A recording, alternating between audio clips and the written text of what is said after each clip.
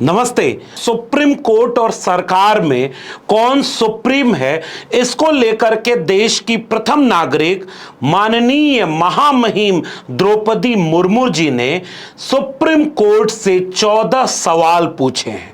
उन सवालों की पृष्ठभूमि क्या है, उन सवालों के जरिए भविष्य में किस दिशा में सरकार और सुप्रीम कोर्ट के बीच का रिश्ता आगे बढ़ेगा, इस पर चर्चा करेंगे। सबसे पहले हम वो सवालों पर बात करते हैं जो देश के महामहिम आदरणीय राष्ट्रपति जी ने सुप्रीम कोर्ट से पूछे हैं। भारत की राष्ट्रपति द्रौपदी मुर्मू जी ने संविधान के अनुच्छेद 143(1) के तहत सुप्रीम कोर्ट से 14 महत्वपूर्ण संवैधानिक प्रश्न पूछे हैं। ये प्रश्न मुख्य रूप से सुप्रीम कोर्ट के उस निर्णय से संबंधित हैं जिसमें राज्यपालों और राष्ट्रपति को राज्य विधानसभाओं द्वारा पारित विधेयकों को समय सीमा के भीतर निर्णय लेने का निर्देश दिया गया था। राष्ट्रपति ने इस निर्णय की वैधता और संवैधानिकता पर सवाल उठाए।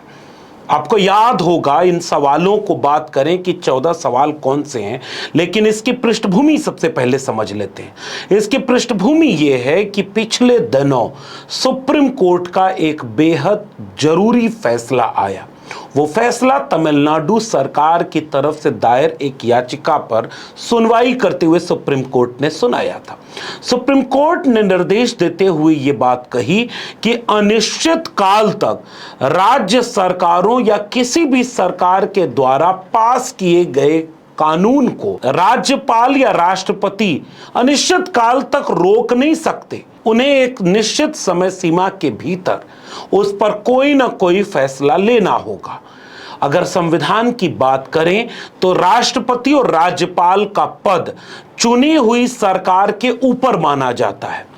माना जाता है कि देश चलाने का काम मंत्रिमंडल और प्रधानमंत्री करते हैं। जो सांसद जनता चुनकर भेजती है, उनमें जिनके पास बहुमत होता है वे सांसद बहुमत से अपना एक प्रतिनिधि प्रधानमंत्री तय करते हैं और प्रधानमंत्री अपनी एक कैबिनेट बनाते हैं और इनको संस्तुति देने का सबसे ऊंचा पद रखा गया राष्ट्रपति का, यानी राष्ट्रपति सबसे ऊपर है।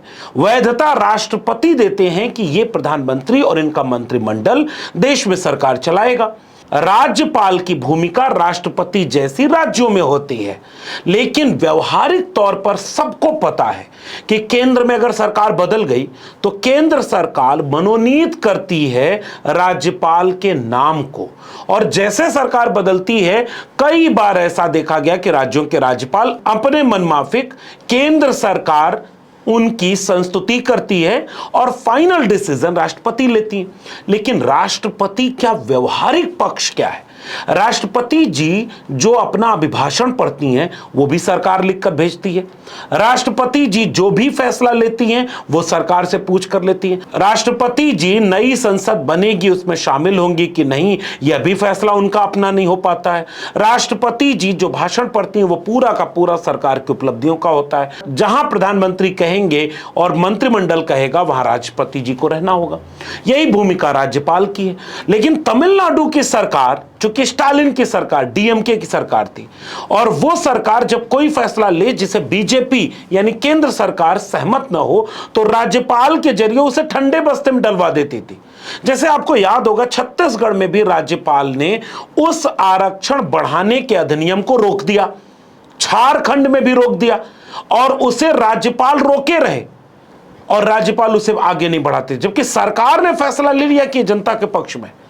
जब यह सुप्रीम कोर्ट ने फैसला सुनाया कि भाई राज्यपाल या राष्ट्रपति अनिश्चित काल तक किसी सरकार के बनाए हुए कानून पर रोक नहीं लगा सकते, कोई फैसला नहीं ले सकते और अपने पास रख नहीं सकते, इसे सुप्रीम कोर्ट का हस्तक्षेप माना गया।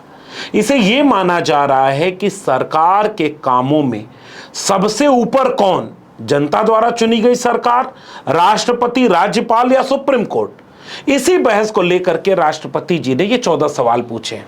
इन 14 सवालों को आप अपनी स्क्रीन पर देखते जाइए और सोचते जाइए। इन 14 सवालों के साथ राष्ट्रपति मुर्मू जी ने कार्यपालिका, न्यायपालिका और विधायिका के बीच में संतुलन में कौन ऊपर कौन नीचे इसका पूरा ब्यौरा खींच दिया। अब पिछले दिनों हुआ क्या, आप एक एक करके इस सीक्वेंस को जोड़ लीजिए तो आप ये पाएंगे कि कई फैसले ऐसे थे जिस पर केंद्र सरकार असहमत हो गई। जैसे निशिकांत दुबे ने जो टिप्पणी कर दी वक्फ संशोधन वाले पर, सरकार ने जो कानून बनाया, सुप्रीम कोर्ट ने उसको थोड़ी देर के लिए अपहोल्ड किया और कहा कि जरा इस पर और बात होनी चाहिए।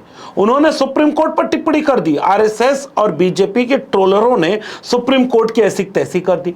जबकि आपको याद है सुप्रीम कोर्ट में 4 जजों की एक साथ प्रेस कॉन्फ्रेंस करने का काला दिन भी आया। उन्हीं में से एक जज रंजन गोगोई, कुछ दिन बाद पता चला कि एक महिला उनके ऊपर आरोप लगा देती है कि यौन शोषण हुआ है। कुछ दिन बाद वो रंजन गोगोई चुप हो गए, मामला शांत हो गया, पता नहीं क्या हुआ, आज तक पता नहीं।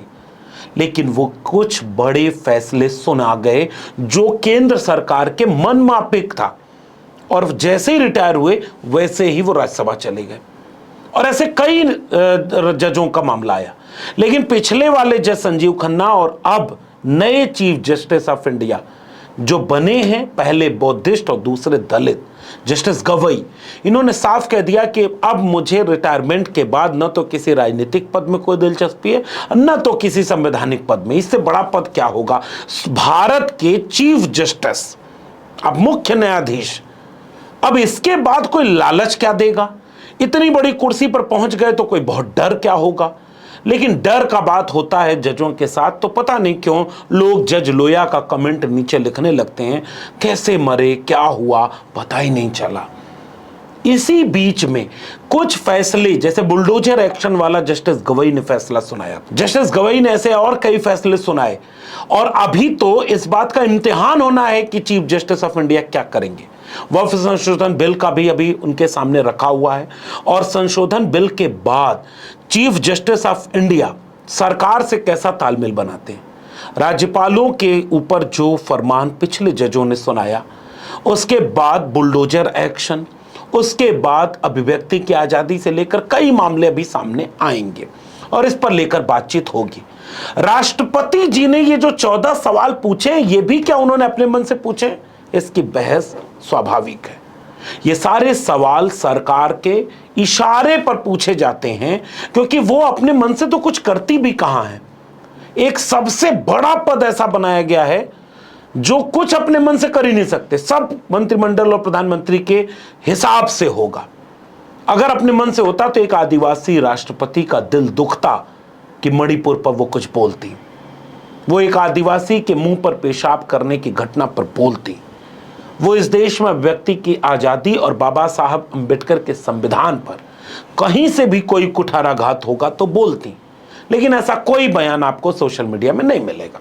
इसलिए नागरिक आप हैं, बड़ा गहराई से सोचते समझते रहिए, ताकि नजर रहे कि आपके मुद्दों को कोई भटका न दे और कोई खराब ढंग से सूचना आपके सामने पेश कर दे तो आपका नुकसान होगा।